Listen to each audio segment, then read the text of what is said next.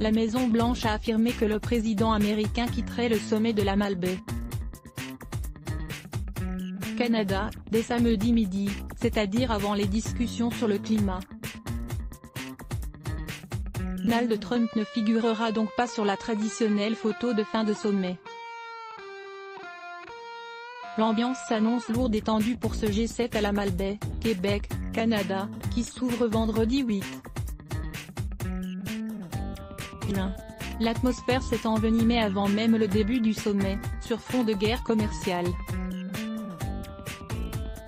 Aux critiques de moins en moins voilées de Justin Trudeau, le Premier ministre canadien, et d'Emmanuel Macron. Présent au Canada depuis mercredi, Donald Trump a répliqué par des tweets lapidaires, jeudi soir.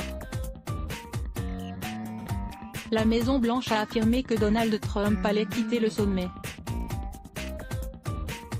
Dès samedi midi, c'est-à-dire avant les discussions sur le climat.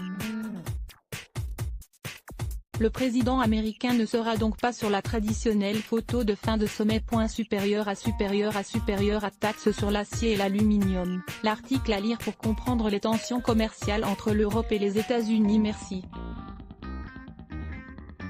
De dire au Premier ministre Trudeau et au président Macron qu'ils imposent aux États-Unis des taxes massives et créent des barrières non tarifaires, a-t-il écrit, ajoutant « hâte de les voir demain ».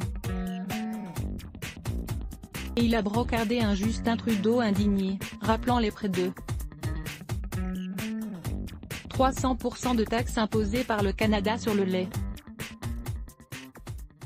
Please tell Prime Minister Trudeau and President Macron that they are charging the US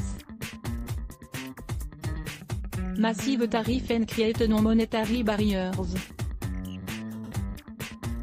The EU trade surplus with the U.S. is $151 américains billion, and Canada keeps our farmer and otter out. Look forward to seeing them tomorrow, Donald J.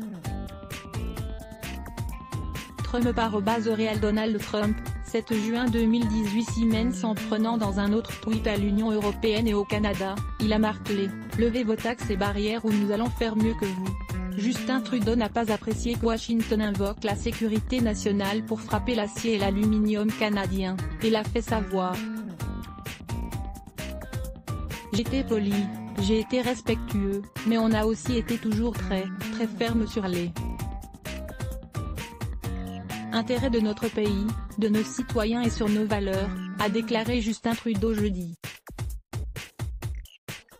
Même ton chez le président français, qui a multiplié les tweets contre la loi du plus fort et toute hégémonie. Le risque, créer un monde de la loi du plus fort. Ce n'est ni bon pour nous ni pour aucun de nos pays amis dans le monde.